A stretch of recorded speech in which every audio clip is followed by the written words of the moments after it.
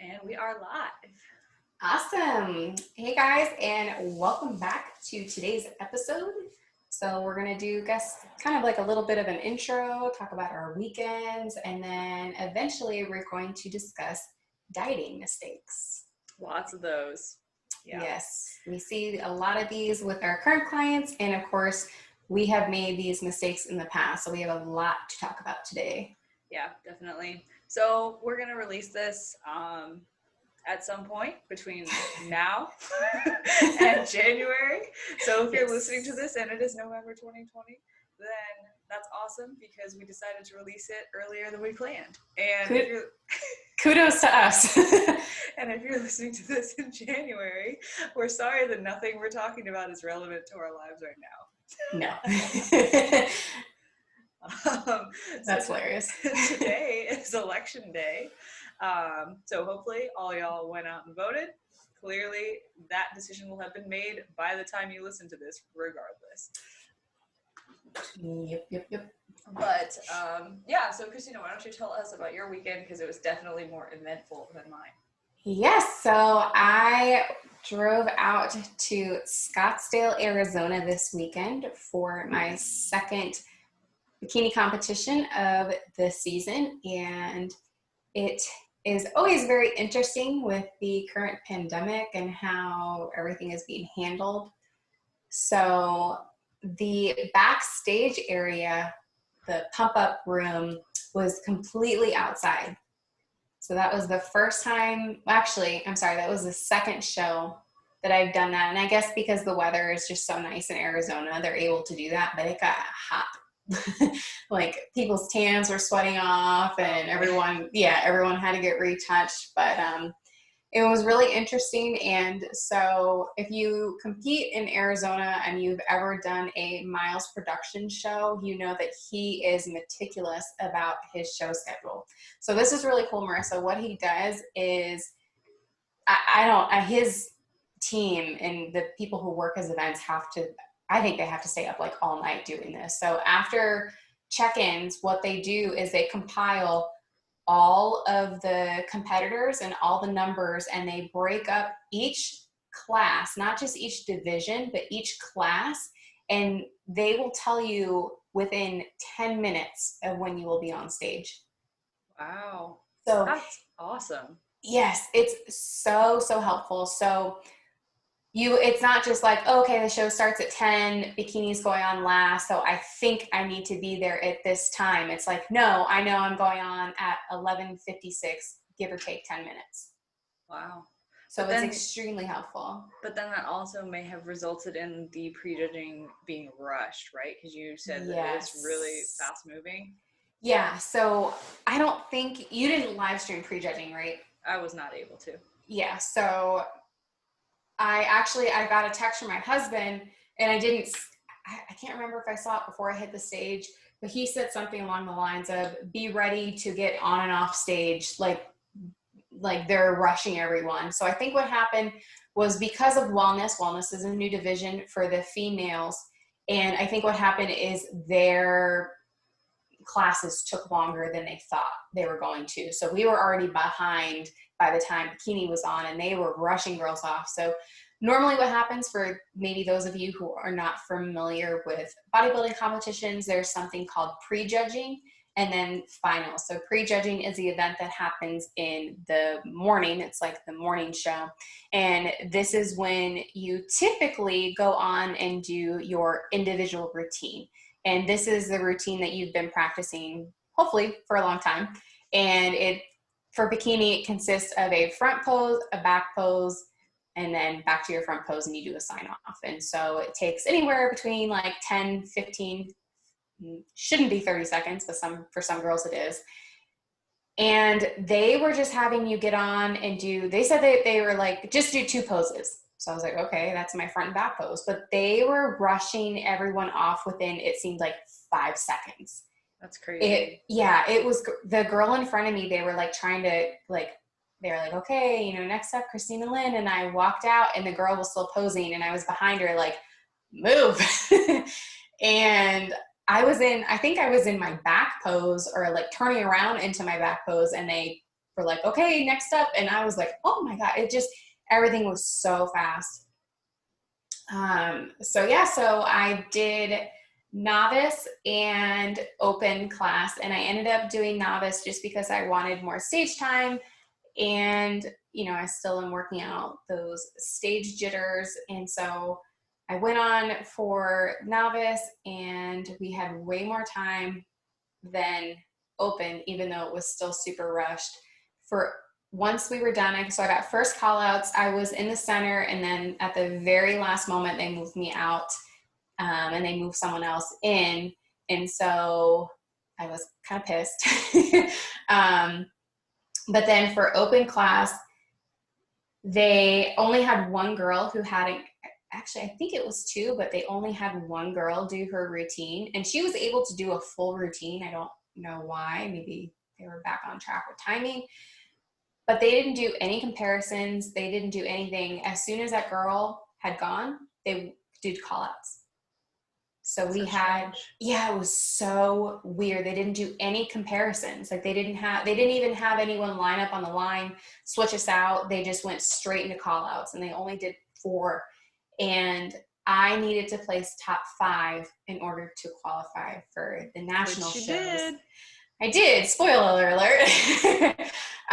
But they called the 4 girls, and normally what they do is they call numeric. So they'll start, 32, 35, and I was number 53, and they did 52 and 56, I think. And once they did 52, I was like, okay. And they did 56, and I was like, fuck. And I was standing there, and I was like, okay, I'm freaking out, but I can't show my disappointment. I can't let my face drop. I cannot let them show that affected me. I need to try to keep my confidence as much as possible. They did their confirmation round. They moved the girls around, and then they called everyone else back out onto the line. So there were 6 of us remaining.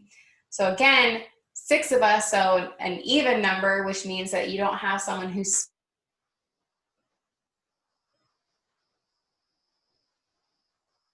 Uh-oh. You're frozen. Out on the end. And comparisons. Say that again? You froze. Okay, we're back. Okay, it said internet connection is unstable. So I was on the end, and then Sadie might bark, by the way. My husband's home, so in case you heard a dog barking. So they moved me into the middle. They didn't do any sort of comparisons. They didn't have us do front or back. They just said, all right, you can file off stage.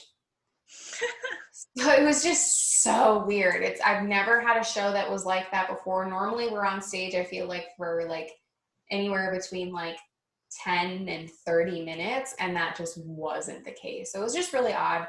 But overall, it was a lot of fun. I definitely improved a lot from my first show this season, and I'm excited to keep going, especially with your guidance and programming. I think that we made a lot of really good changes for this show.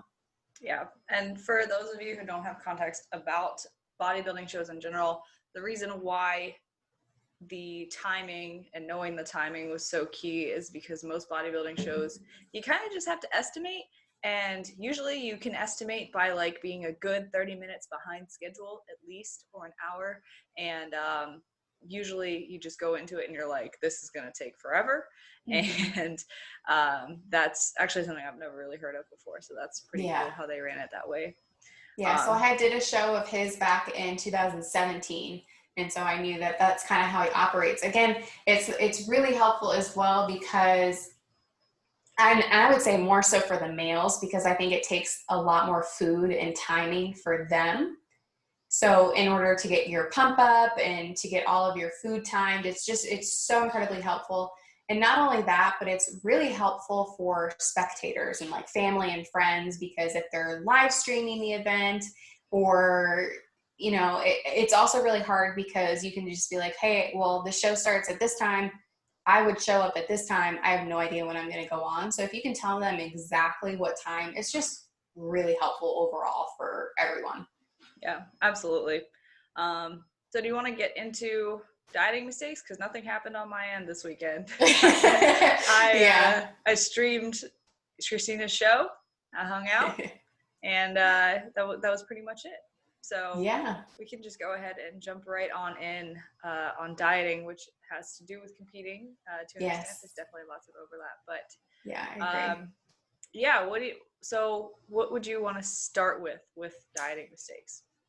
So I would say the number one thing that we should start with, and we've kind of alluded to this again, I don't know what order our episodes will go in yet, but if we do release our burnout episode, we did allude to this and we talked about people who come to us who are not in a good place to start a diet. And I don't think a lot of people really take this into consideration because oftentimes I'll get clients who come to me and they're like, okay, I want to lose fat, I want to lose weight, and I want to start dieting now. But they don't realize that they've been trying to diet maybe the entire year. And, they're already doing an hour of cardio and they're, again, females, we have this, I don't know the right word for it, but preconceived idea maybe that we're supposed to be eating 1,200 calories. So as coaches, if we get someone who's doing an hour of cardio, they're only eating 1,200 calories, we're not going to do a traditional diet. We're going to do a reverse diet. So I think that that's a really good place to start is if you want to start dieting, you need to be in a good place metabolically to start that diet. Yeah. I will say that 95% of the people that inquire to be a client, so when we sign them on, they say, I just don't, I don't have accountability. I don't know what I should be eating, yada, yada. Like, okay, that's great. We start off, they submit their payment, we're good to go.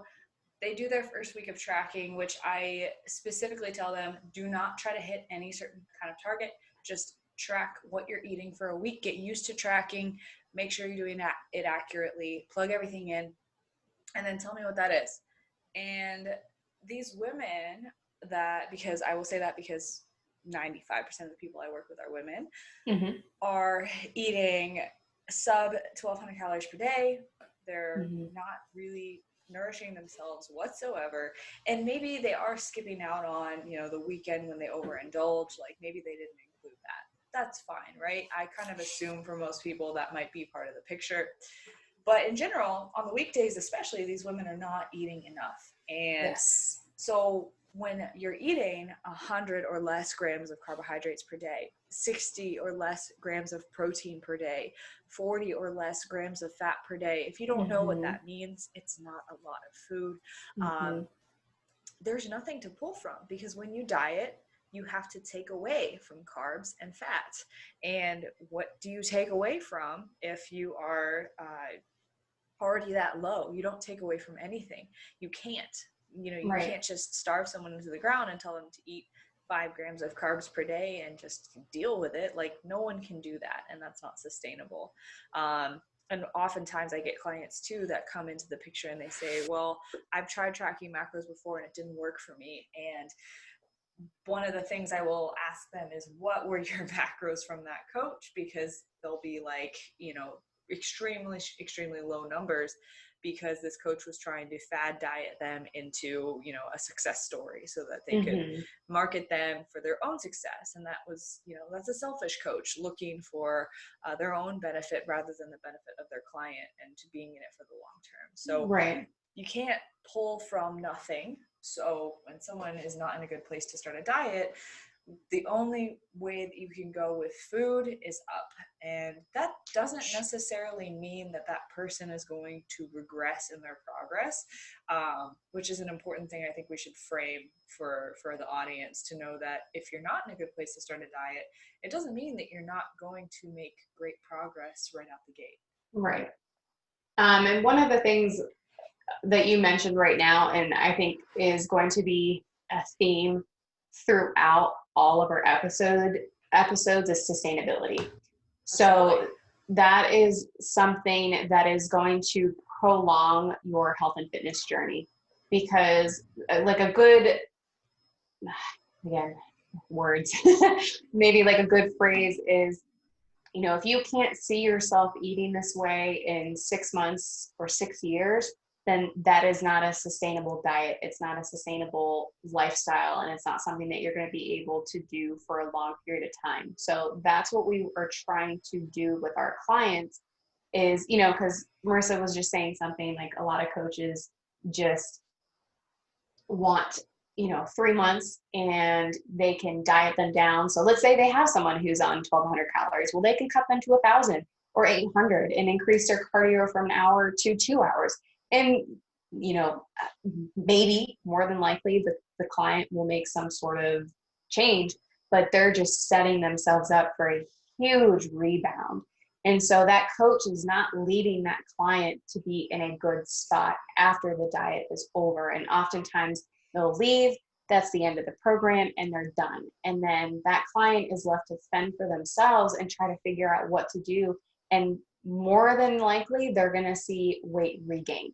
And that's not what we want. And that's not what we're trying to do as coaches. So sustainability is something that is a reason why we're probably going to start increasing your food and start reducing your calories. So I did mention something called a reverse diet, and that's typically the road that both of us would go down is, okay, well, let's slowly increase your calories and let's slowly reduce your cardio and bring you back up metabolically to a good place, maybe where you can maintain, put on some good muscle mass, and just really get in a good spot to eventually start a diet. Yeah. And I think you said, in one of those phrases, you said, increase your food, decrease your calories. I think you meant cardio. Cardio, yes. You said it again and then you corrected it. Yeah. Just in case anyone heard that and was like, what? Increase food and calories, decrease cardio. Yeah. And I built my business around sustainability. My technical slogan is personalized habits, permanent change.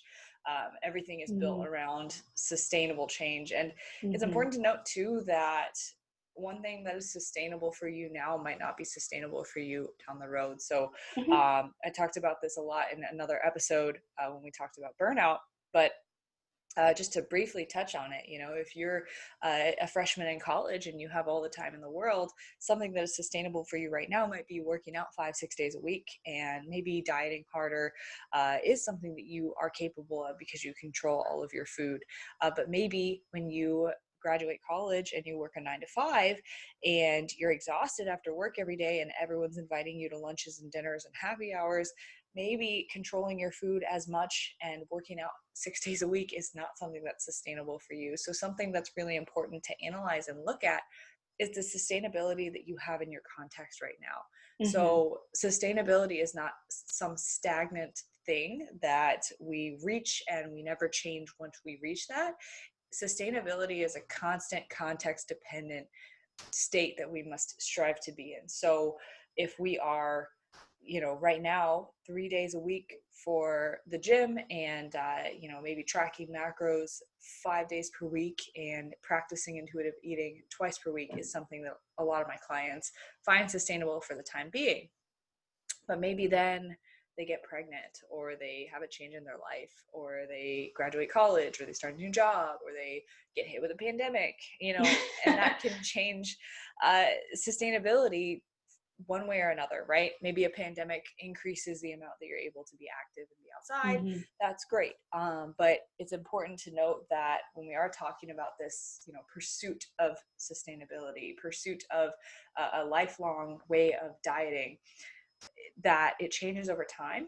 And then the other side of that is that sometimes there is unsustainability within a sustainable practice.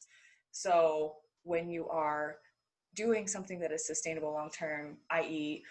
maybe you're tracking macros and that is something that you could see yourself doing in a couple of years.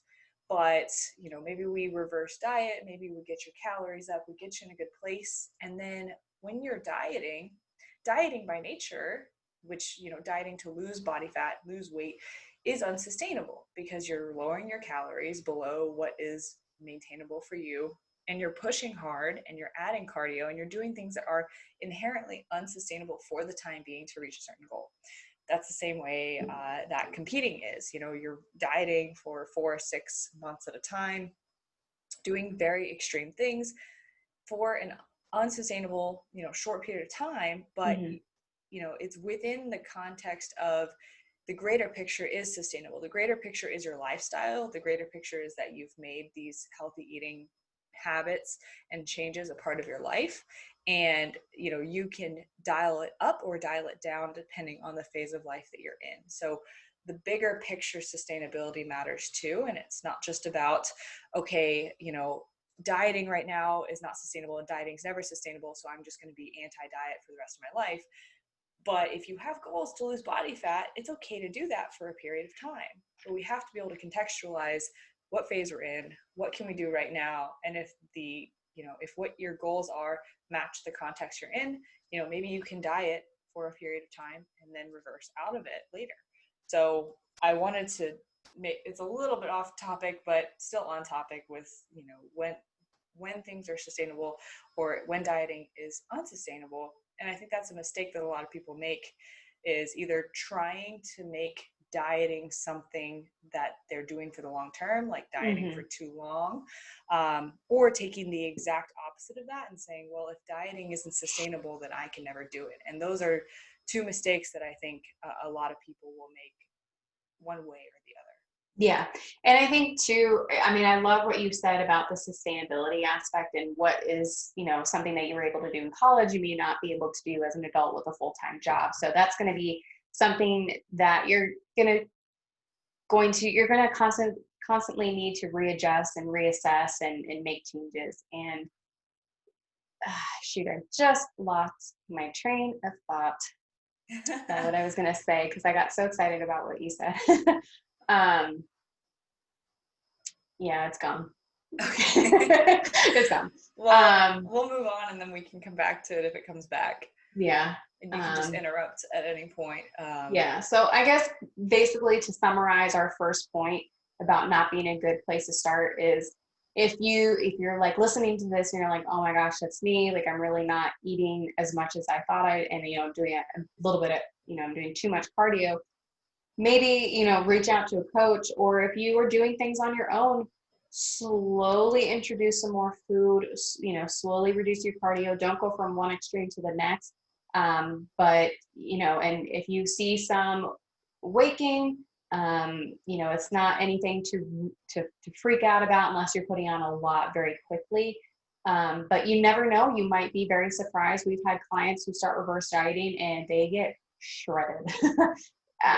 Eating more food because they're properly fueling your body. So just really to summarize this point, you do need to be in a good place to start a diet. You can't just decide, hey, on Monday I'm cutting out bread and sugar and sweets and this and alcohol, and I'm going to hit it hard and only eat salads. That you do need to really assess where you are and ask yourself if you think you're in a good place to start a diet. Yeah, absolutely. And I think it would be a whole nother episode to talk about exactly how to reverse diet. So yes, we'll save that for another time. Yeah. But yeah, I mean, I just get frustrated with this because it breaks my heart to see people come in the door.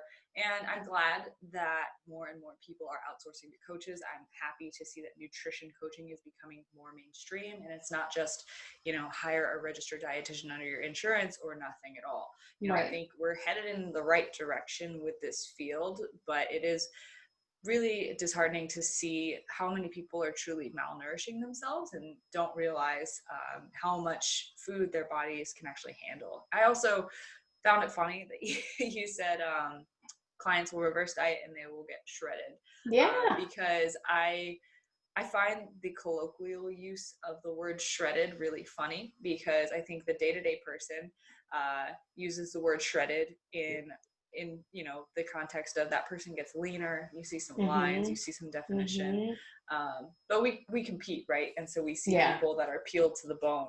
And so a lot of times I'll have friends who are kind of, recreational lifters, athletes, and they'll say, I want to get shredded, Marissa. And I'm just like, I don't know if you really do. Like, do you want striated glutes? Do you want low body fat percentage so low that your hormones are messed up? Do you want to feel like death? Do you want people to ask if you are emaciated? Yeah. Are you sick? But I thought that was funny. But what we really mean by that is probably what you're already thinking is someone will reverse diet, and how that happens is they're finally giving their body the food that it needs, right? And so that their body's able to respond and feel good and make body composition changes like fat loss and muscle gain that result in that person being more toned, seeing some lines, seeing some definition, seeing fat loss, and thus shredded. Yeah, and I feel like we're going off on a little bit of a tangent, but only because this is something that we're very passionate about. Yeah, absolutely. But, some people don't understand why they'll increase food and finally start seeing changes. And so dieting is stressful on your body. It is not something that your body wants to do. So having extra body fat is beneficial for you in the long term because let's say there's a food shortage. Well, now you're not getting any calories. So what is it going to do? It's going to feed off of that fat that your body has. So it is actually beneficial to have fat stores on your body for survival purposes. So if you are in a constant dieting state, your body is stressed. It doesn't know when it's going to eat. And so when you feed it extra food, what you can do is actually reduce stress and reduce cortisol. And so sometimes that allows your body to relax and you respond very well to that higher food intake. So that's, I guess, some of the reason that you would see someone, it's the opposite of what you would think. You increase food and you lose weight. Yeah. And that's another reason that people will implement refeeds or diet breaks within the structure of a calorie deficit. So that's actually a really nice segue into our next mistake that we were going to talk about that people make when dieting, which is doing too much too soon or for too long. So what this means is when you do start to diet. So if you are in a good place to start a diet. Yes, context here. You have your calories. Okay, let's use a hypothetical person who is a, small female maintaining her weight on 2,000 calories per day because we like nice round numbers and we like to use those examples. Yes, a small woman can maintain her weight on 2,000 calories per day. I know, your mind is already blown. Okay, moving forward, that person maintains their weight, which means their resting metabolic rate. So if I say the word RMR, that is resting metabolic rate, that is the rate at which your metabolism would run if you laid in bed all day and did not move or do anything. Plus your non-exercise activity, so twitching, sitting to standing up, moving around, walking, doing chores. Those are all things that you burn calories doing that add on to your daily expenditure. We'll talk about NEAT in another. Absolutely. Yes. Well, well, that's actually one of our topics. Yeah. Or not topics, but one of our common mistakes. So we'll talk about NEAT in a second. Yeah, later in the episode. And then your exercise activity is, of course, more calories burned. And then the thermic effect of food is essentially how many calories your body burns when you eat food and digest food that actually takes up energy. So those four things are what constitute your maintenance calories. So this person's maintenance is 2,000 calories with all those things included. Let's say she cuts her calories by 500. So she's at 1,500 calories for her deficit. And, she starts to lose weight on that. One mistake that someone might make is, cutting too much too soon. So maybe she cuts 500 calories out of her day and adds multiple cardio sessions to her week when previously she was doing none. And maybe she tries to sustain that 1,500 calories for a month at a time instead of implementing something like a high carb day or rest days from the gym, those types of things. So the problem with this is while it will work, it will absolutely work for the time being, you're going to see results quickly. But what happens when you reduce calories and when you increase cardio is over time your body adapts to it. So your resting metabolic rate might adapt a little bit and get a little bit slower to adapt for the lower amount of calories that are coming in. Your non-exercise activity might go down because your body realizes, hey, I'm not getting enough food, so I'm going to stop voluntarily moving as much when I'm around the house. Or maybe I will just stop tapping my foot subconsciously when I'm working because it wastes energy that I don't need to be wasting right now. And your body will actually lower your maintenance total calories needed, and eventually it will match what your calorie deficit once was, right? Does that make sense? Mm-hmm. So now this person might be maintaining the weight that they've lost. So maybe she was 150 pounds and now she's 140 pounds, but now her maintenance has gone down to 1,500 calories. And she's doing the same amount of cardio, eating the same amount of food. So now what do? You have to pull from that, or you have to add cardio to that. So that's a problem because we have already made such large steps at the beginning. What do you pull from now? Now you have to start going to more extreme measures, which if you were to take a slower approach, maybe that wouldn't have been the case. Right. So this is, again, so kind of that person who's like, okay, well, let's start the diet on Monday. So let's cut this, let's cut that, let's do this, let's implement, I'm going to do 30 minutes of cardio a day. So you are doing a lot right out of the gate. And Yep. So you might see results quickly, more than likely you will, but you're going to plateau. And so that's what Marissa was just talking about, that your weight is going to be very stagnant and it's not going to move anymore because your metabolism and everything has caught up to your current intake and your current output. So what you're eating and how much energy you're burning every single day. So now what do? Well, you have to decrease your food again and you have to increase your output.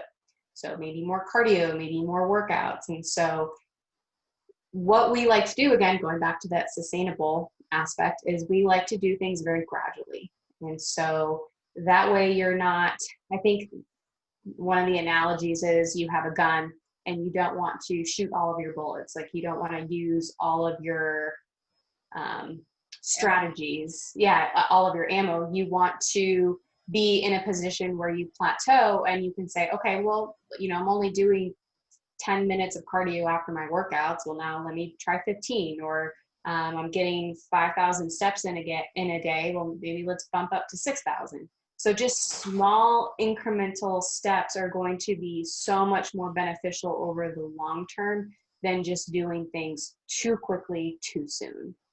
Yeah. So let's put that in a practical application. Mm-hmm. So let's say this same female is doing, she's got 2,000 calories to work with to start from her maintenance, right?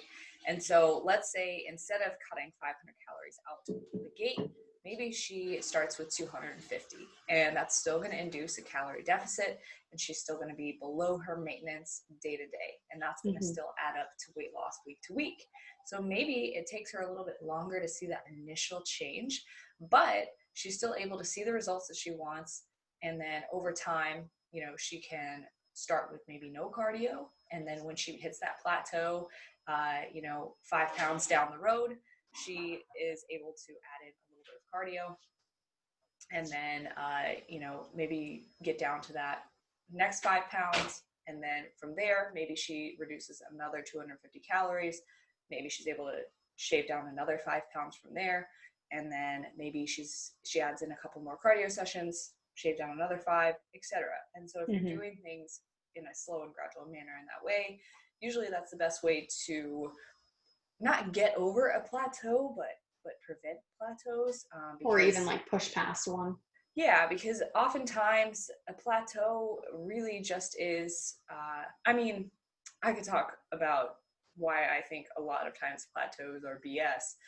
But if you are at an actual plateau, a lot of times it's just, you need to pull from somewhere to be able to get past that. And so when you have the resources to, it's that much easier. Yeah. So Marissa and I, we make outlines of our podcast just to kind of have general ideas of what we want to talk about. And there was one topic item that I actually moved up into segue is changing things too frequently, because I think that's a perfect segue when we talk about plateau. So a plateau is when your weight is stagnant. So maybe it hasn't moved, but sometimes what a common mistake that people do when they're dieting is, and this is something that we have our clients do, is take their weight every single day, because weight is a data point.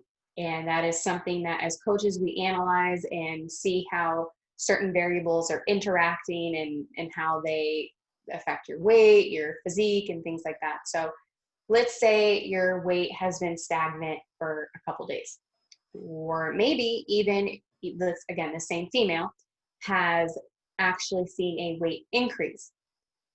What happens is someone that, this, our female that we're talking about, will be like, well, I'm clearly not progressing, so I need to change something. Nothing, or it's not working, I need to change something. And so they change things too frequently. And sometimes, I've had, I'll take me, for example, this prep, I had the same macros for months on end, basically January to like, I don't know, June, I feel like, maybe even July. And I made progress. And sometimes progress is not only in your weight, it is your progress pictures. Maybe you're still making strength gains in the gym, but if you're constantly changing things too often, it's hard to know what exactly needs to be finessed or needs to be tweaked. So oftentimes just staying stable week to week can actually be more beneficial for you. And it may not be a true plateau. It's just, you need to keep working, keep putting your head down, putting in the work, and you'll see a weight change. That I feel like that's what happens the most is, and as a coach, I'm sure you've seen it, where you'll tell a client, hey, just let's keep this, everything the same this week. I feel a new low coming. I think you're going to drop soon. You just need to be consistent, stay the course, and not change. And boom, there you go. You'll see a new weight change or a new low. So I think that, again, a big mistake is just changing things too quickly. Yeah, and one of the biggest things about coaching that most of you guys listening probably don't see from the other end is that coaching is just a game of managing variables and managing consistency in variables. So what I mean by that is, if someone is not making progress, we have a number of variables to look at. So we have your diet, we have your training, we have cardio, we have sleep, we have stress, we have overall quality of life, we have food quality, we have hydration, we have so many things, digestion, hormones. Absolutely. And with females, with coaching females, we have hormones that fluctuate every single month. So that's going to be a variable that is not constant. But we do look at the things that we can keep constant over time. So let's say you're hitting your macros to a T and you are getting in all of your workouts and your cardio, but you're not seeing progress. Okay, what else can we look at that is a variable that is not constant? Okay, maybe you're in the most stressful 2 weeks of your semester, maybe it's finals, and you are a high reactor to stress. So that is a variable that has changed that can impact your progress. Maybe that's also impacting your sleep. So there we go. We have all of your variables with training and nutrition. They're all squared away. They're all good. But on the other hand, you're freaking out all day long and you're not sleeping. How is that not going to affect your progress? It does. And so when we are coaching, the reason why we ask for those other things, the reason why we look at every single variable is because the easiest way to see progress is to be a robot and to not have any change in any variable at any time. I have had clients who, for some reason, their life just has no ups and downs, or they're just like super monotonous in the way that they live their life, that they are able to be very robotic. And to an extent, that can be a good thing, right? Because you're able to control all variables going in and out and things. I will tell you, with those clients, I have seen how easy it can be to make change in someone's physique, progress, and strength because all variables are managed. But for the general population, most people, will not have it that easy, and we have a lot of moving parts in our life all the time. And so the game is, how do we manage these variables, or at least take these variables into account so that we can make good progress? And so this is a really good segue into talking about non-exercise activity, because this is one big variable that I think has kind of been revolutionized lately in the coaching sphere. Non-exercise activity in the context of step counts. So your step count is one really easy way to get a rough gauge of what your non-exercise activity is. So, how many steps you're taking throughout the day can be included in, how you're walking around your house, doing chores, walking to and from the bathroom at work. Those things all play into that non-exercise activity. But a lot of times what happens, like I said, is when you start dieting, you start to not notice, but you might be compensating for that. Some people compensate more than others depending on their lifestyle. And I'll tell you right now, me personally, I compensate and eat a lot when I'm dieting. I sit more, I lay down more, I don't want to walk around as much, and I'm just much less active overall. But if you pay attention to your non-exercise activity, one thing that I try to keep very constant when I do diet is my step count, because that tells me, okay, even though I'm dieting, I'm still getting, for me, 7,000 steps per day is my goal. And if I keep that constant, then I know that that's one variable that I'm not compensating my caloric expenditure with, and I'm able to better lose weight when I'm dieting, maintain my weight when I'm not. And, when I do see that dip down, for example, right now in the winter months, it's getting harder and harder to get those steps in because it's cold, not taking walks outside, and having to kind of just force myself to go do walks in the gym more often because I want to keep that up. It's much easier to mitigate a calorie deficit or put yourself into a calorie surplus when you're not managing that variable, when your steps just drop off a cliff, and now all of a sudden winter months hit and you're no longer moving as much.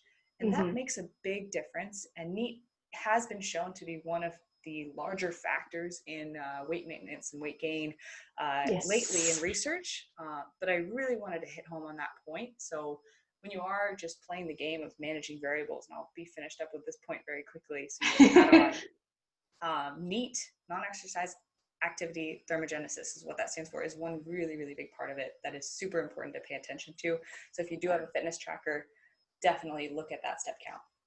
Yeah, and if you watch on the YouTube channel, you see that both of us have our smartwatches on, because that's that's something that, as competitors, it's something that Marissa and I have talked about before, that's something that we wish we had known when we first started competing, and just generally when we first got into fitness, because I think in the past, we used to think, okay, well, I did my cardio and I got my workout in, so I burned a ton of calories. Now I can veg out the rest of the day. I did all my activity.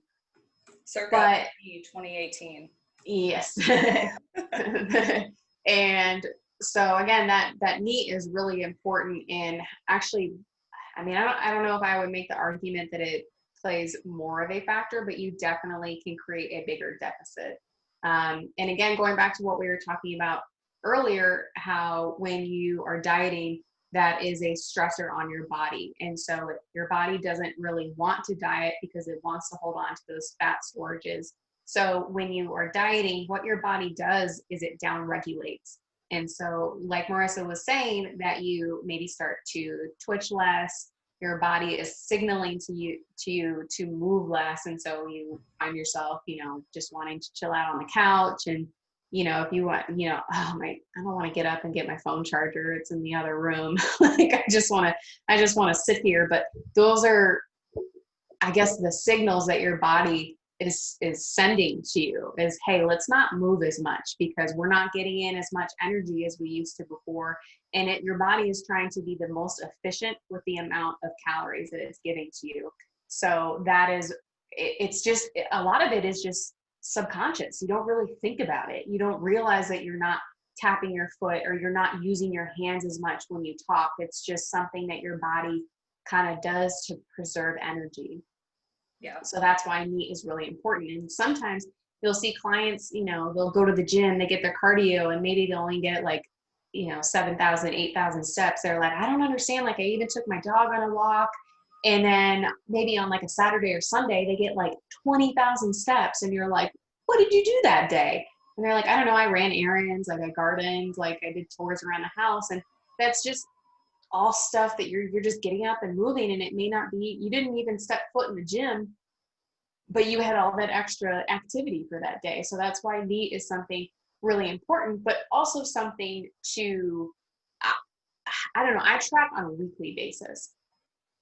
I think that's more practical because, like, maybe you do have a Sunday where you get 20,000 steps, and then that Monday you only get 3. I think really taking the average for the week, but also we talk about variables. You need to make sure that your NEAT is consistent week to week. So one week you're getting 3, well then, you need to keep aiming for 3 rather than, oh, I only got 4. Well, this week I'm going to go for 10. Well, again, that goes back to changing too much or doing too much too soon. So just keeping things nice and consistent and slowly increasing your NEAT over time, not doing anything or jumping the gun and doing things too quickly. Yeah. And I will say that is one big mistake that I think I wish I knew in my prep for 2018 was keeping track of a step count or having one of those fitness watches, because I did not have one at that time. But holy crap, like I literally was doing so much cardio and I felt like I was suffering and I felt like it was terrible. But like I would literally come home from the gym and I would just sit in my couch or my like armchair, and I would just veg the rest of the day. And when I was working, I would only just be sitting. I would not get up. I would not move. And so I was compensating my NEAT a ton. And so if I had just had a step count, I cannot even imagine how much more productive I would have been that prep, because maybe I would have cleaned my house more. And how much less cardio you would have had to do. Yeah, exactly. To just keep that step count stable, or if we increase the step count, a lot of times it depends on the person, it depends on the client, but sometimes I'll have them do a step count instead of adding cardio to their day. Or other times I will just look at their step count and I'll say, hey, let's just keep it in this range to make sure that that's staying constant.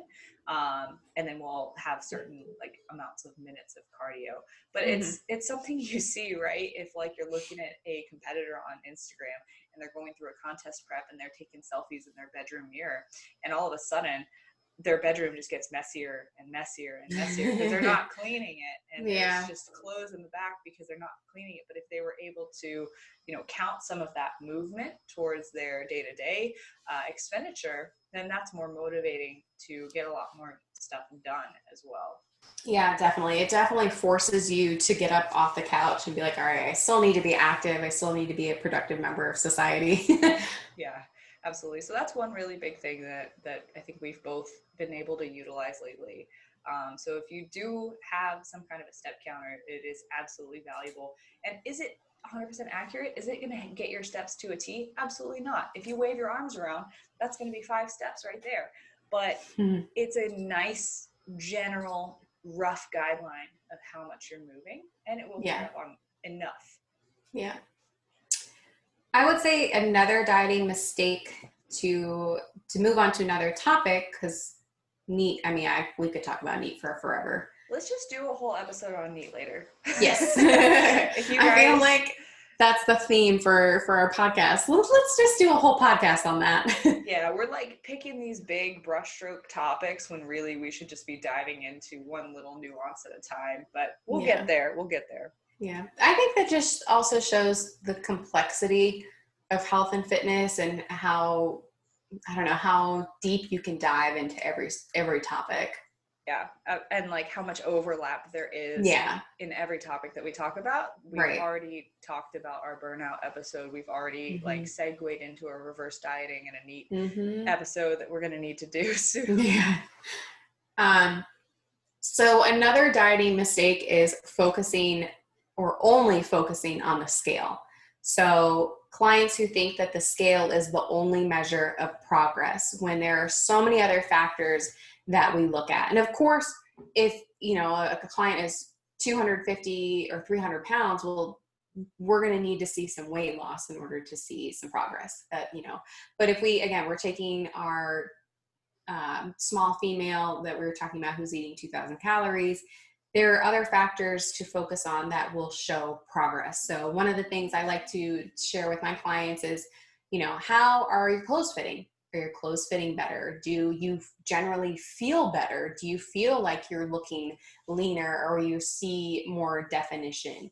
Are other people commenting about how you look, and do they notice any difference? You have friends and family who are telling you things, because a lot of times, and especially someone who is new to resistance training and new to weightlifting, they actually might see the scale increase. And that's really scary for females. That's something that we feel like is automatically we're moving in the wrong direction. We're doing something wrong. We need to increase cardio. We need to decrease food. But you can make a lot of progress. And if you are actually putting on muscle and losing fat, your weight might stay stable the entire time you're quote unquote dieting. And this is your body going through what we call a recomp. And you are adding muscle and you're losing body fat. And so your weight might stay the same, but your physique might change a ton. So this is why, again, we love weight taken every single day so we can analyze that, but also progress pictures. And so I would say I'd say I have clients who are like, I don't understand why the scale's not moving. I'm not seeing any changes. Are you sure I'm making progress? And it's usually right around 4 weeks. The first 4 to 5 weeks, that's when clients kind of start to doubt themselves. And that is normally around the time where I'll take their starting pictures and I will put them side by side, their most recent, and there's a lot of change that has been made. But it's really, mind blowing. But it's hard because you wake up, you take your weight, you see yourself every single day. It's hard to see those minuscule changes, but as coaches, we can say, hey, I'm seeing more definition here. You're looking just tighter overall. I can see in your midsection, you made a lot of changes. So that's why the scale is not the only thing to consider when we're looking at progress. Yeah, and body recomposition is a real thing. I think for far too long, the narrative that we've been fed as consumers is you can only focus on building muscle or losing fat, and you can't do both. But ultimately, building muscle and losing body fat are two independent processes with crossover, but you're able to do both at one time. They're both constantly happening all the time. So your body, in different areas with different cells in your body, to break it down to like the smallest level, you are constantly building muscle, breaking down muscle, gaining body fat, and losing body fat all at the same time. And it just depends on the relative rates of those to basically, govern the net amount of what is actually happening that you're seeing on a macroscopic level. So, you can't just look at it in a bubble. Like, your body is constantly changing in every single direction at different rates. So if you're in a calorie deficit, your body is not going to be storing as much fat as adipose because you just don't have the resources for it. It's also not going to be building as much muscle because you're not giving it enough resources to really be that anabolic or build in a muscle building state. But if you are in a calorie deficit, fat loss is, of course, still going to be occurring. Fat is going to be used and pulled from adipose tissue as fuel, and you're probably going to be doing that at a higher rate because you're in a calorie deficit. And muscle loss, if you're not paying attention to your protein intake, can also be at a higher rate if you're in a calorie deficit. So make sure you're watching that and paying attention to that. But it's important to know that those two things, fat loss, muscle gain, or fat gain and muscle loss, are happening all four at the same time in your body at all times. And so it's not just I am gaining or losing body fat and it happens in a bubble and I'm either doing one or the other. There is very much overlap, and your body is constantly, if you're giving it the right fuel and training it the right way, is constantly going to be going undergoing recomposition, and it is a very real thing. And the other thing I wanted to kind of talk about with focusing on the scale is I will even push that out to say body fat scales and body fat percentage tests. People will often, that's like the next step up from just taking your weight, right? It's you're taking your body fat percentage, you're taking your lean mass percentage, but even those measures are not consistent. Oftentimes they're not accurate. And even if they are accurate, what does accurate even mean? Because the only true way to get your body composition measured is to die and dissect yourself. And no one is going to do that. It's so morbid. I'm sorry.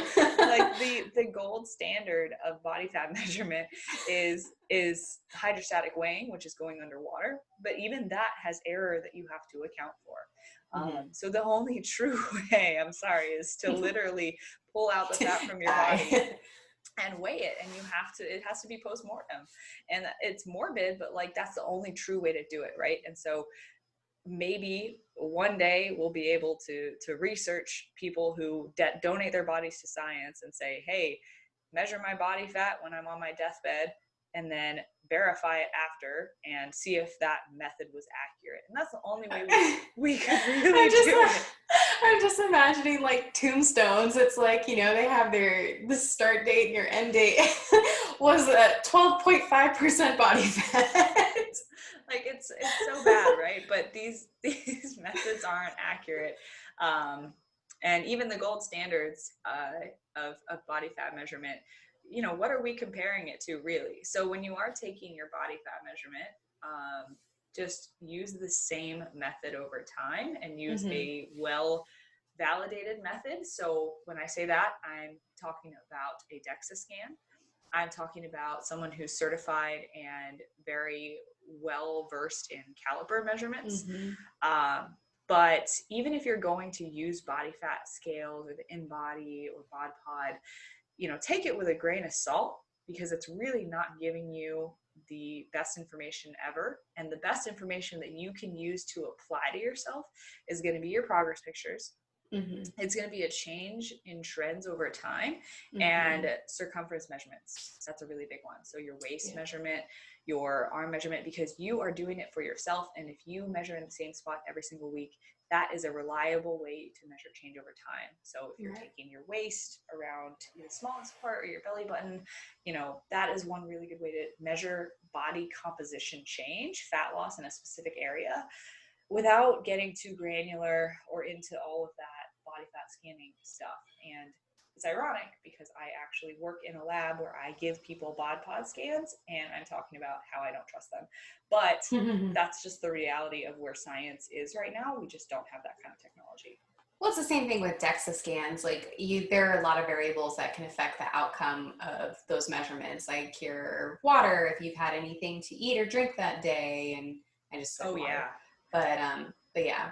Yeah. Another thing, sorry. Go ahead.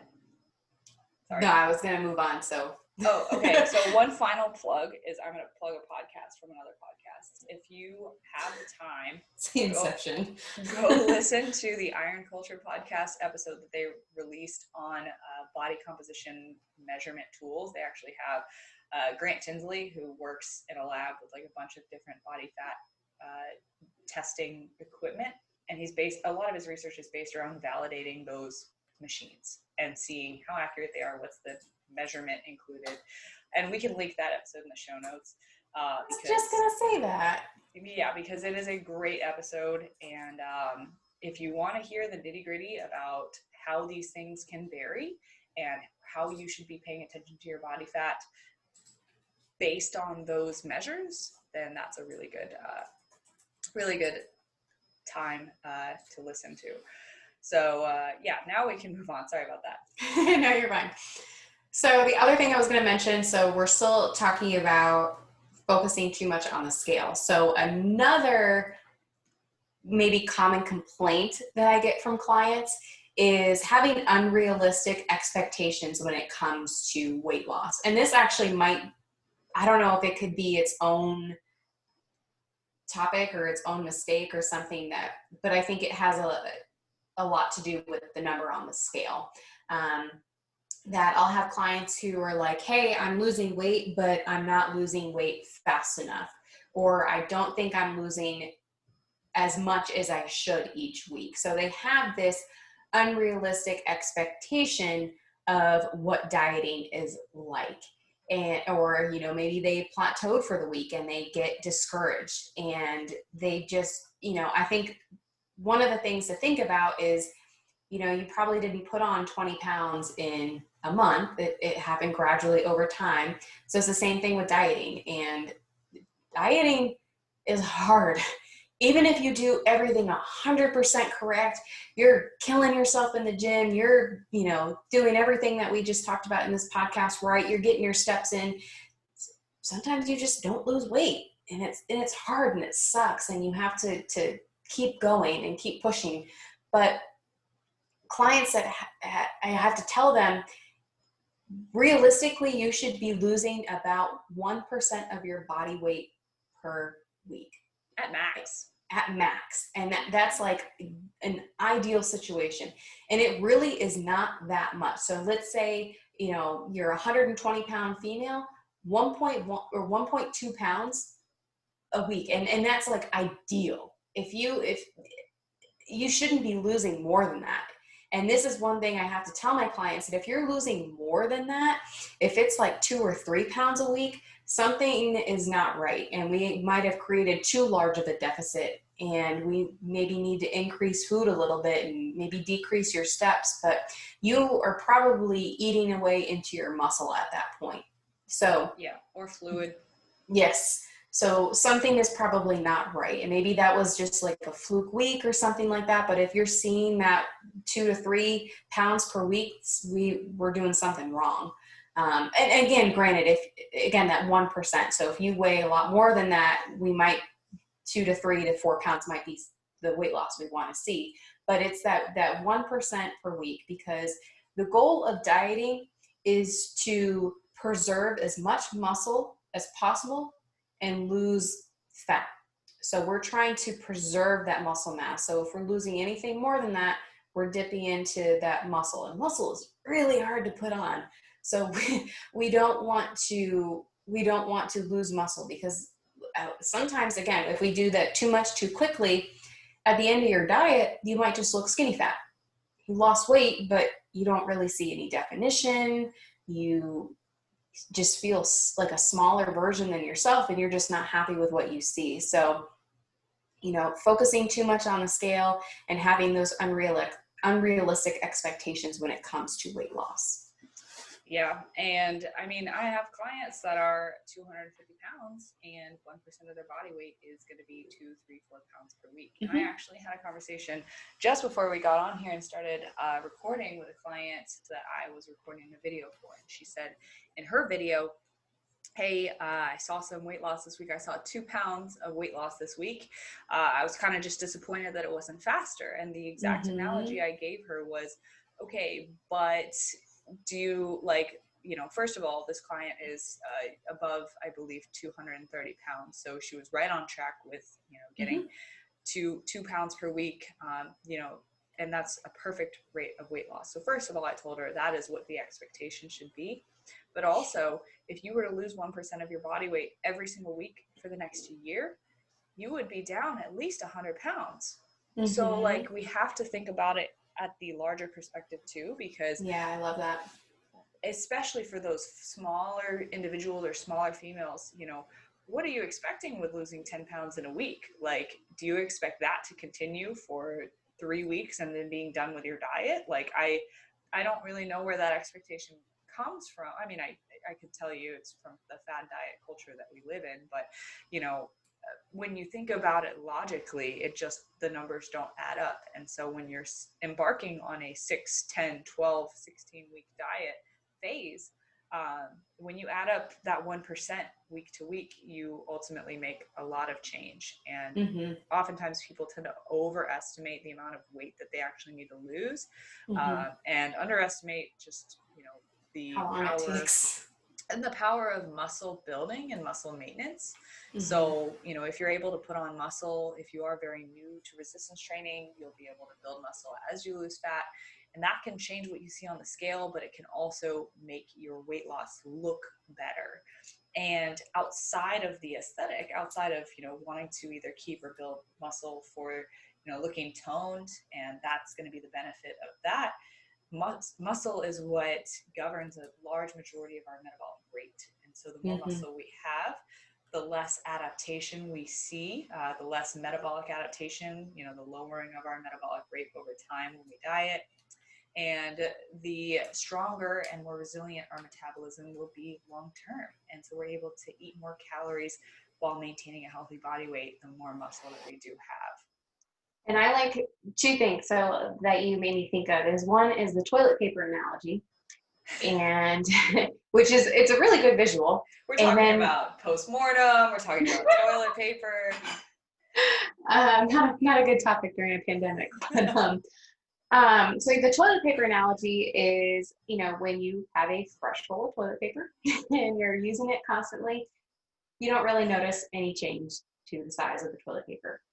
But it's not until you get down to those last few rolls where you really notice how much toilet paper you have left, or you make more of a difference. So it's kind of the same thing when you start a diet. Those first couple pounds, maybe even 10 pounds, doesn't really look like it changes a whole lot on your physique, but maybe you only have a couple more left to lose and you really start to see change.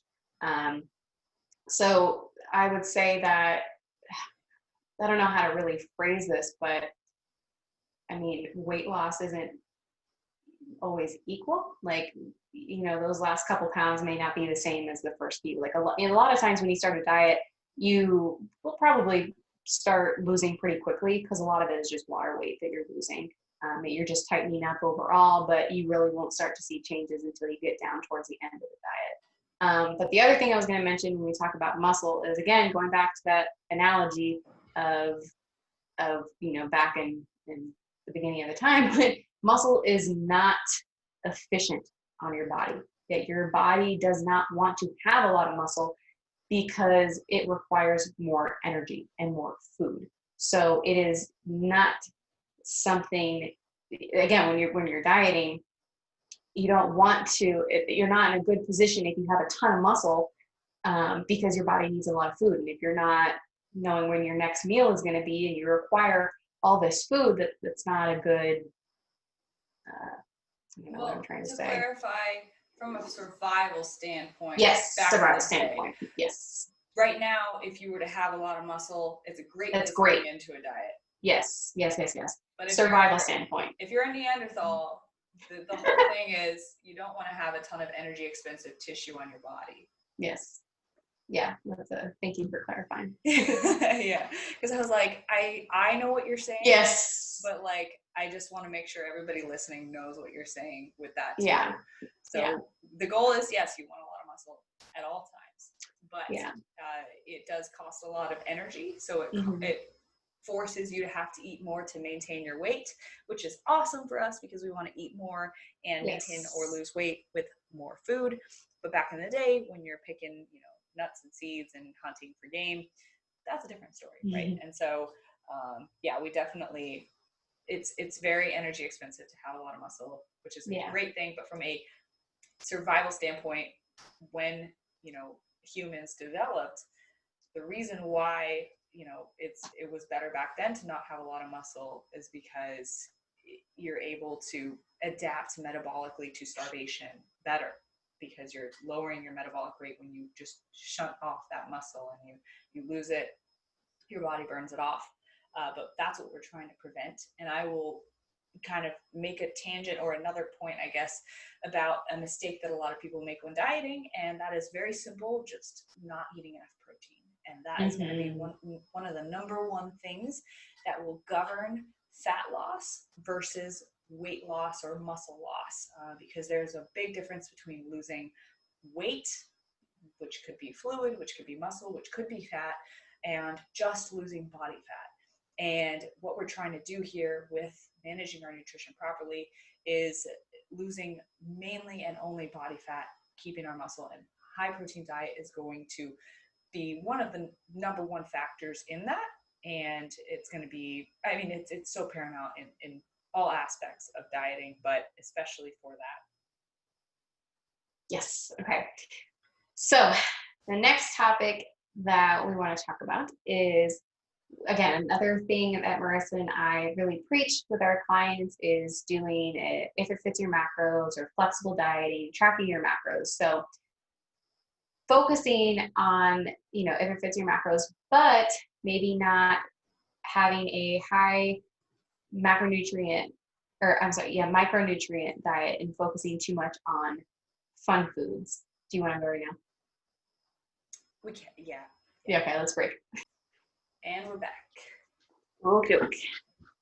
So the next topic is Marissa and I really stress if it fits your macros or a flexible dieting approach. We just think that, again, the most sustainable. And one of the common mistakes that we'll see is people focusing too much on the fun foods and not really focusing on their micronutrients or the quality of their food that they're eating. So your quality of food is important when you're dieting. You want to make sure that you're eating a nutrient-rich diet to ensure that you are properly fueling your body and you're feeling good. So a lot of times if you have any sort of a vitamin or mineral deficiency, you just don't feel very good. And you just feel really crappy, and maybe you feel really sluggish because you're not giving your body what it really needs to properly fuel your workouts and your day-to-day. Yeah, and when it comes to nutrient quality, like, okay, you have a coach, they assign you macros, and you can absolutely hit those macros while eating cookies, Pop-Tarts, protein shakes, pizza, and just filling all your carbs and fats with quote unquote junk and filling the rest with plain chicken breast and protein shakes and egg whites. Sure, you can absolutely do that.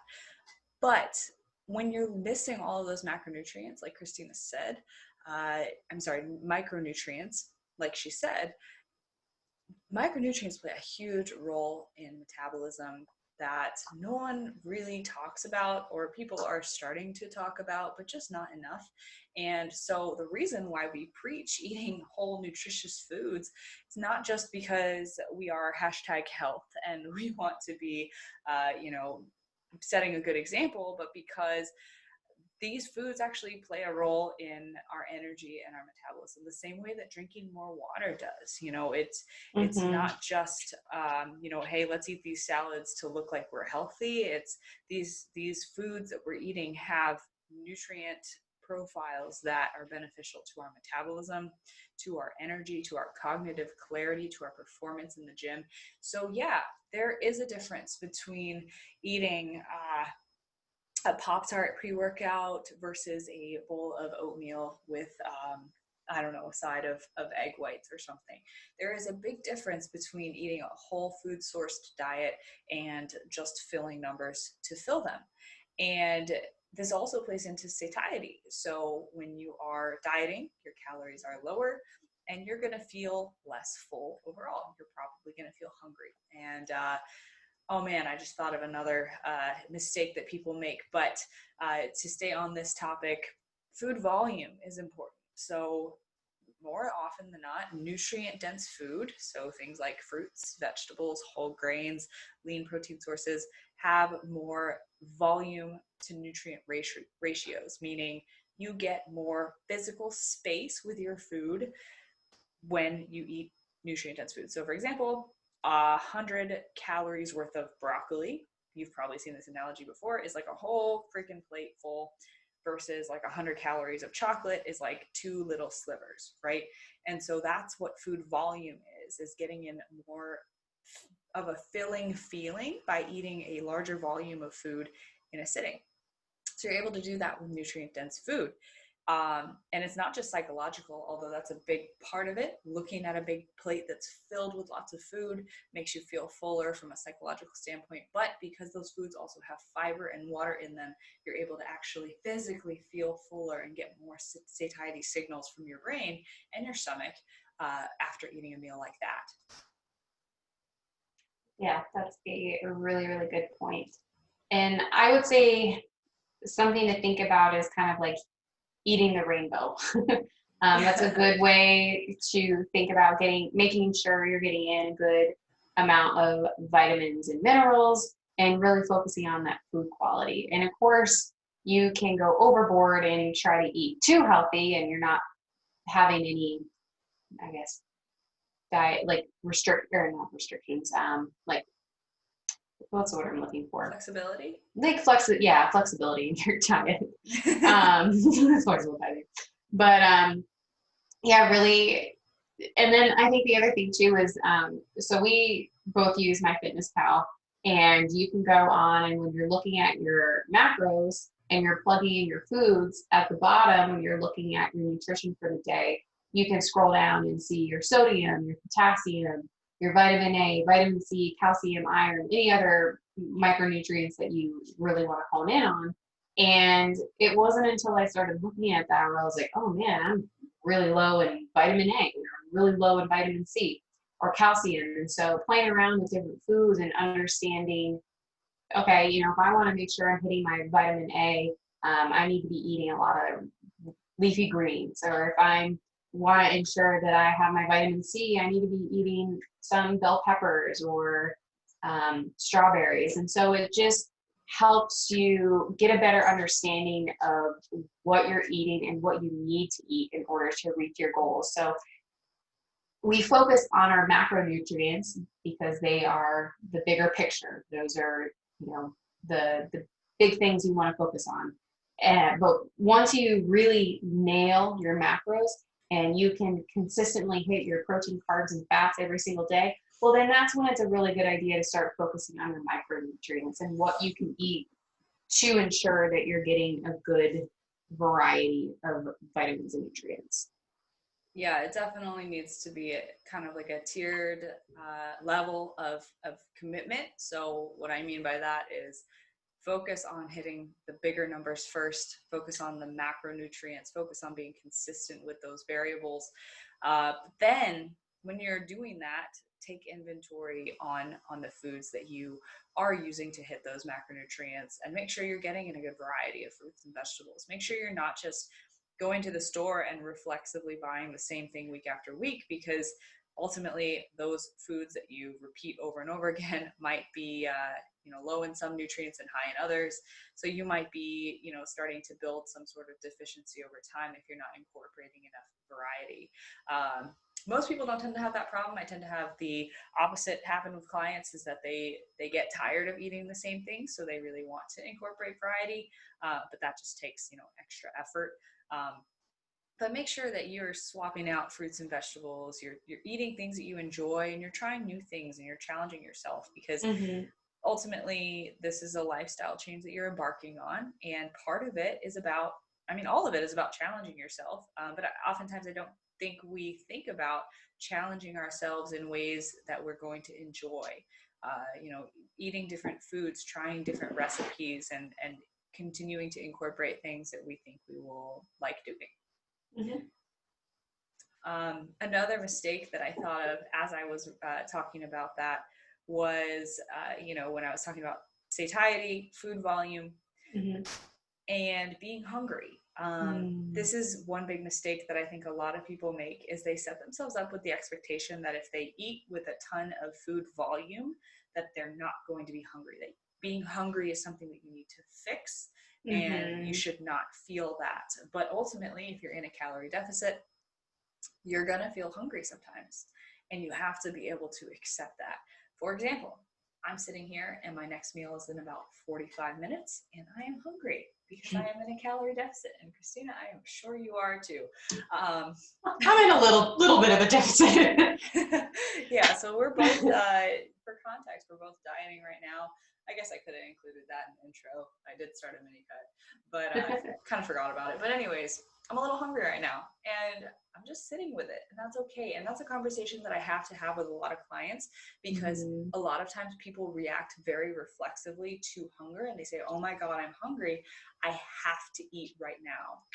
And that's not a requirement. You're not going to die if you push your hunger off for another hour. Now, if you push it off for a week, yeah, you might, but that's not the problem that we're facing. Food is very readily available in America or wherever you're listening to this too. So I promise you'll be fine. But we have to, first of all, dieting and being in a calorie deficit is a choice and a privilege and a blessing to be able to choose to put yourself in an energy deficit, because that's not necessarily the case in all parts of the world. Right. So first of all, acknowledge that privilege. And then second of all, if you are choosing to put yourself in a deficit, acknowledge that you're choosing to make yourself hungry at times, and that is okay.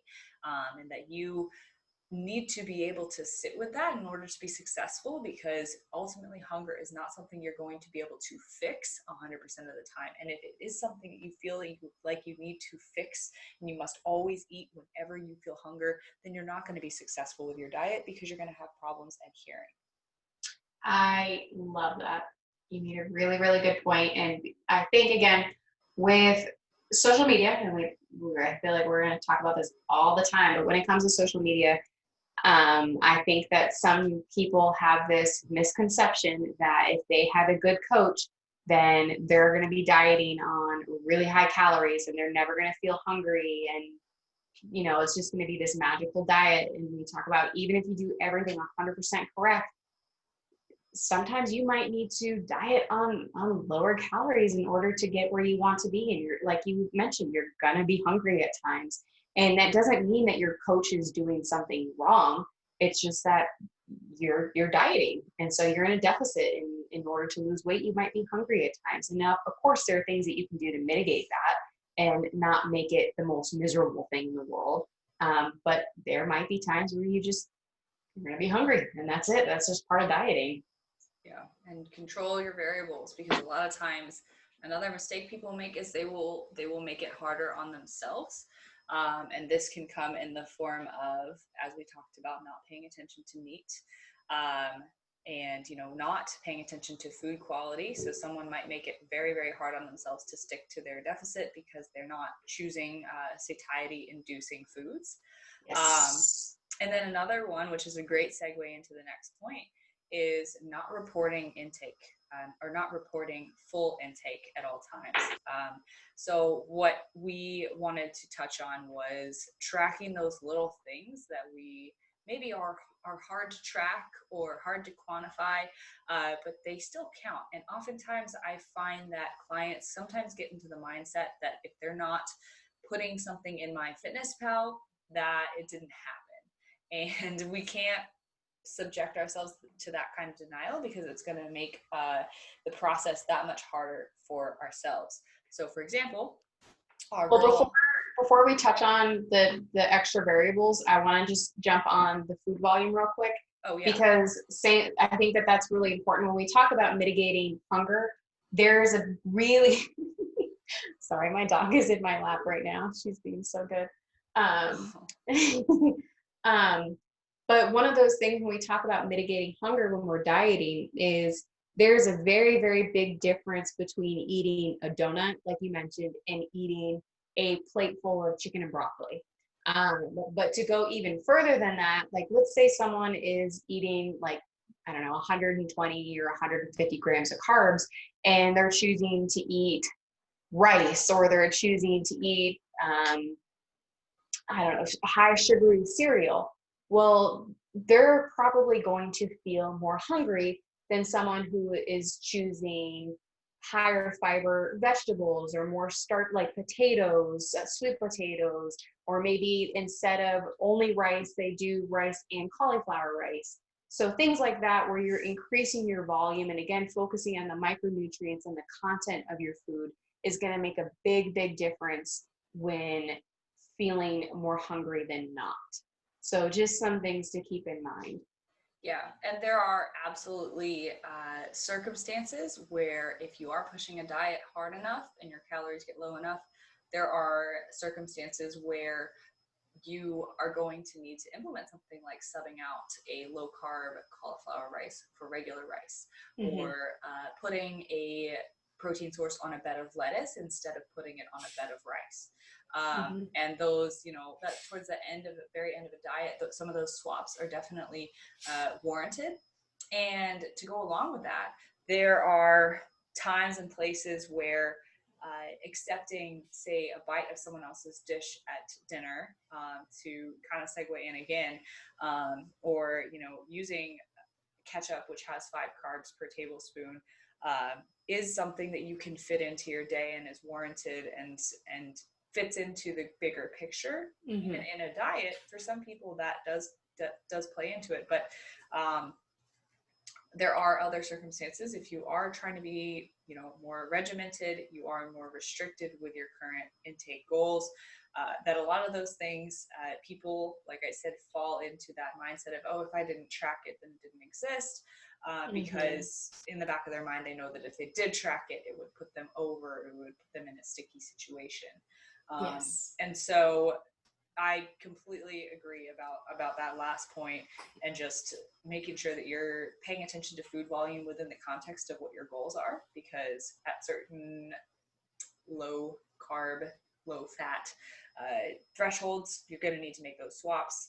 But it's important to know that if your carbs or fats are higher, you might not need to do that. Maybe you should include, you know, white rice instead of a bed of lettuce. And I have clients struggle with that both ways. So feeling really hungry and needing to increase food volume. And I also have clients who struggle with actually needing to decrease food volume because they're too full, huge, and they're trying to use diet foods in a high calorie situation. So it goes both ways. But I did want to talk about the tracking extra bites and that sort of thing. Yeah, tracking those little extras, the nibbles, the drinks, the condiments, and I think this is especially true. I feel a lot more from like moms and parents, where, you know, maybe they're eating things off of their kids' plates or little things here and there, and those little nibbles throughout the day can really add up. Yeah. Same thing with condiments. I love that example that you used with moms, because I think that's definitely a big one, just eating off of each other's plates. But yeah, clients, people, myself even, we fall into the mindset that if I don't track something in your app, if you use MyFitnessPal or not, that it doesn't exist. And so, you know, there's a number of excuses for not tracking these things. One of the most common ones is, oh, well, I didn't know how to track it because it was a bite of a homemade casserole and I only had one bite, but maybe that bite was an entire forkful. And so what I suggest in those circumstances, first of all, let's provide a practical solution for how these people can track these things.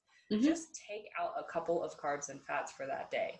You know, just search up in MyFitnessPal the word fat or the word carb, and plug in a certain number of grams that takes out maybe 50, 100 calories from your day, depending on what it is you indulged in, because that can make an impact, right? Because you take 5 bites at a party of 5 different things, that could be 250 to 500 calories that you have now used on just miscellaneous things that now are not accounted for. Yeah, and we talk about the big picture things. So the reason why tracking these extras is important, because like, let's say it's something like an extra tablespoon of peanut butter. Well, if you're doing that every single day, there might be a good chance that you're no longer in a deficit. And so all of those things really add up. And another thing we mentioned, condiments, just because it's not a food item, I mean, condiments can have a lot of calories, a very high fat, very high carbs. So that's something that you want to look at, is what are you putting on top of your food? What are you cooking your food in? Are you adding a whole, you know, tablespoon of olive oil when you cook your veggies and you're not tracking that? So just little things to, I guess, pay attention to when you are tracking throughout the day. Yeah, absolutely. It's the oils, it's the salad dressings, it's the condiments. Use as much mustard as you want, because that is 0 calorie. But you know, sauces, all of those things have calories. They're not negligible. And even the ones that are negligible, if you use enough of them, it can still add up. So if you're using 2 tablespoons of a regular ranch salad dressing every single day, and that's cutting into your ability to adhere to your fat macro, you know, take a look around the store. Another practical solution is just look around, because there are a lot of low calorie solutions for a lot of these dilemmas that people have that you may have never even seen before. And depending on who you are listening to this, maybe you already use some of these things, but things like sugar-free ketchup, sugar-free barbecue sauces, low-calorie salad dressings, like the Bolt House Farms ones, and now there's just a billion different brands that have stemmed off of that being created. That are Greek G. Hughes. Yes. G. Hughes is my man. Sugar-free barbecue sauce, that is a great one. They also have like honey mustard, teriyaki. Teriyaki was a new one. Everything. And I've used a ton of those. Instead of using making your own, like a salad dressing that I'll do is honey mustard, apple cider vinegar, and a little bit of Walden Farms. And like something like that, I mean, you just made your own salad dressing, and it's something that can save you hundreds of calories a day. Yeah, absolutely. And you're taking action and responsibility on that so that you know how to track it too. So it's something that you can now control. Another one is liquid calories. Yes, they count. They do count. Your smoothie at Smoothie King is 600 calories. Your Coke that you didn't get diet because you don't like the taste of diet quite yet, you know, that is like 40 carbs. Well, depending on the size. Yeah, supersize me. Yeah. Oh my goodness. Yeah, it's a lot of sugar. And alcohol too. A lot of people will look at a label. This is a very confusing one. People will look at a label on a can of beer or a White Claw or a Truly, or they'll take a vodka club and they'll say, oh, well, it's 0 carb on the bottle, or it's, only 2 grams of sugar on the bottle. So that's all I need to track, right? Not quite, not so fast.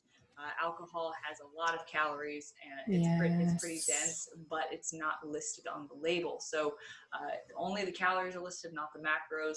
So what you would need to do in that situation is take the calories from the alcohol and take it away from your carbs or fat. So a 100-calorie White Claw could be 12.5 grams of carbs and 5.5 grams of fat. Or you could take it strictly from carb. It would be 25 carbs, or it would be around 11 grams of fat if you wanted to take from fat. Which again, if we talk about, you're eating 150 carbs for the day and you have 4 drinks, that could easily be all of your carbs for the day. And it may not feel like a lot because you're like, oh, I only had 4 beers. I only had 4 drinks, but that really, really adds up. And so the other mistake I see with alcohol is I'll have clients who, like, let's say they have a glass of Merlot. And so they'll type in on MyFitnessPal because they think that they're trying to do the right thing. And they type in what I think, is it 6 ounces, 5 ounces is a normal serving? Yeah, something like that. And so 5 ounces of Merlot, and it'll come out to like 7 carbs or something like that. And so they think that if they have 3 glasses, it's only 21 carbs. Again, because sometimes MyFitnessPal, they're not equating for alcohol. And again, it's a macronutrient. It's like the macronutrient, like stepbrother, like stepchild. Yeah, they don't really want to talk about it, but it exists. It just comes out of nowhere. Yeah. So tracking alcohol, the best thing to do is not going by the label, not going into what it says on MyFitnessPal, but tracking by calories. So she said, 100 to 120, just divide that by 4 if you're doing carbs, or divide it by 9 if you're doing it by fat. Again, I feel like this is something that we could go way more in depth about, but there are calories in alcohol and it can really, really add up quickly. So making sure that you're tracking everything, those extra bites, those condiments, liquid calories and alcohol. Yeah. And it's important to also take into context, when you need to be as diligent as this, right? So you're tracking every single bite, every single lick that you take, every sip. Yeah, that's going to play a role in your calorie deficit. But what happens when you're no longer dieting? That's, a different conversation than this episode, but to make it short, there's a certain amount of flexibility that can be warranted not dieting, that you can take that bite and maybe just not track it, know that it puts you a couple of grams of fat or carbs over, but overall you're maintaining your weight, things are good and your calories are high. That's down the road, right? So it's important to acknowledge, like we talked about at the beginning, the unsustainable nature of how tedious this can be in a deficit phase in the context of a sustainable lifestyle. So don't listen to this and say, oh my God, I have to track every single bite of everything I ever take ever again. And for the rest of your life. Yeah. And like, that's inherently obviously unsustainable. Mm-hmm. But if you are doing a 8 to 12 week dieting phase where your intention is to lose body fat and be more regimented, yeah, for that 8 to 12 week period, you need to do those things to avoid making those mistakes. And there are going to be some people who don't track those things and are still able to get away with progress, and that's great for them, but it's not everyone. And so if you are hitting a plateau, those are things you need to start to pay attention to. Yeah. And I think it kind of goes back to what you're saying, is trying to really analyze your goals and your actions and making sure that they align. And if you are someone who's maybe doing your first cut and you're just trying to see how it goes and you don't really need to be that strict, well then maybe, you're a couple bites here and there, you don't really need to track. But let's say you have a wedding coming up and it is really, really important that you lose weight because you want to fit into your dress and you want to look and feel your best on that day. Well, you might need to be a little bit more disciplined to ensure that you reach your goals. So it just really depends on that phase of your life, what you're dieting for and how strict you want to be, and if you have a deadline or not. Yeah, absolutely. I love that, and I love that we are always bringing it back to context and what's important for the time being, and making sure that what you're doing aligns with that, because ultimately that's what's going to make you successful, is making sure that your intentions match up with your actions. Yeah. So the next topic we have is not mitigating stress. So not paying attention to stress. And we've kind of already talked about this, and I think that we'll probably release the burnout episode before this one. Yeah. But that would be a really good one if you haven't listened to that already, because we talk a lot about all the different stress factors and how that can really hinder you from making any progress. So it's not only the calories in, calories out, that there are a lot of different factors that can play into whether or not you will see progress during a diet. Yeah. And to keep this part short, I think, before we run too long, I would really also suggest listening to that episode, because we talk a little bit more about what stress actually is physiologically, how it kind of impacts everything regarding progress, and how it can stop progress or create burnout. But when you're raising stress, you're raising your cortisol, and that can cause water retention, and that can mask the progress that you're making too. So even if you're not mitigating stress, maybe you're in a situation where you can't get rid of the stress that is put upon you. Maybe that's a pandemic. Maybe that's a temporary shift at work. Maybe that's a life stressor that's just happened recently. Maybe you can't get rid of it, but keep putting in the work and keep being consistent with everything else, because when that stress is gone, or when that stress reduces itself and you drop off that water and that stress that you are physically holding, a lot of times you'll be able to see the change that you have been working towards as well. Yeah. So I think do you feel like you have anything else to add when it comes to dieting mistakes, or anything that you've seen with clients? I want to just end the episode, I think, by encouraging people to either reach out to their coach or outsource their nutrition, and really don't beat up on yourself if you are making these mistakes, because this episode was created so that you can develop an awareness to it. So yeah, to me and Christina, this stuff is obvious, and this is stuff that we think about and look for and analyze every single day when we're talking to our clients. But that's because we've been doing this for years. So if you are, starting, or even an intermediate or advanced person in your journey, and you haven't considered these things yet, I don't want you to listen to this and feel bad or feel ashamed that you haven't caught these things, because maybe you just have not come across a good resource that has talked about it yet. So don't listen to this and say, oh my God, I've messed everything up, I'm a failure, and I don't deserve to do this for myself. Listen to this and be empowered and say, okay, now I have all of these new tools that I can use to further my progress better than I ever have in the past. Mm-hmm. Shoot, I feel like I had something else that I wanted to add, and I can't remember. Shoot, it was really good too. I believe you. Yeah. Shoot. Well, maybe it'll come to me in another episode, but so just kind of to summarize and wrap up. So we're talking about common mistakes we see when dieting. So number one, not being in a good place to start a diet. So remember, we want food to be high. We want cardio to be in a moderate to low place to start.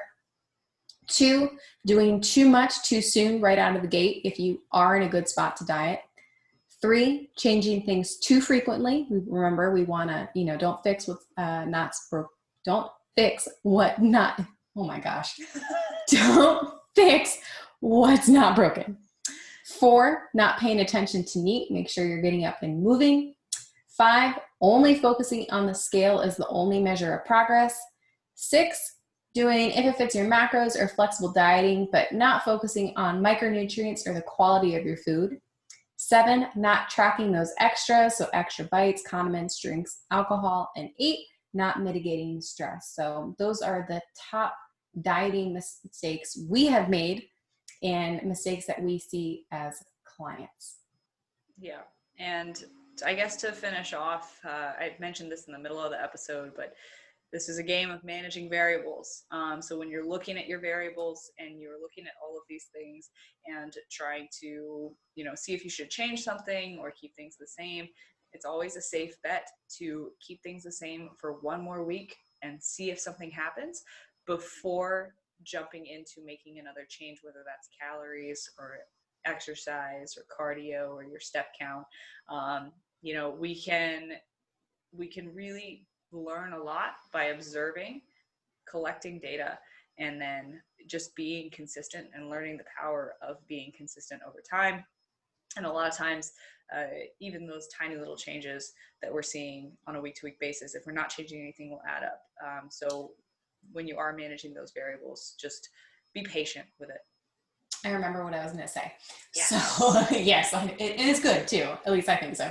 So one of the great things, and this is something that I see a lot when I have clients come to me, is they overanalyze every aspect of their dieting phase, putting on muscle, everything. And sometimes it is just nice to pass everything off to someone else who can make decisions for you. Or you have someone like an authority figure or a coach who says, hey, let's do this. And you just go, okay. And sometimes it's just having someone else telling you, hey, we're on the right track. We're okay. Don't change anything. Let's stay the course. Sometimes that's really, it's just having that, I don't know, the extra eye, having someone with that expertise that can really make or break a dieting phase for you and just makes things easier. It's just, sometimes you know what to do, but having someone else telling you that you're on the right track is just, it just makes a world of difference. And that's why Marissa and I have coaches as coaches ourselves, because we know what to do, but it's just nice to have someone else tell you what to do. So that's why it's really important to reach out to a coach. And again, our role as coaches is not to have clients for the rest of our lives. We want to give you the tools that you need to be successful on your own. So, maybe going through a dieting phase and a reverse dieting phase once with a professional. And so now you kind of know what you need to do in order to see results the next time you want to try to do something on your own.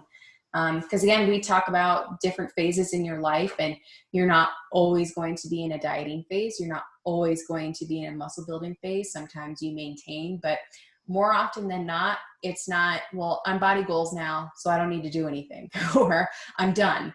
That there's always something that you can improve on. So I guess that's my little rant is having a coach or having someone in your corner who can help you out sometimes makes dieting that much easier and less stressful for you overall.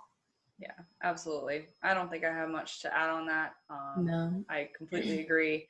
And especially as people who do other people's nutrition and training all day, the last thing I want to think about is what I should do for myself.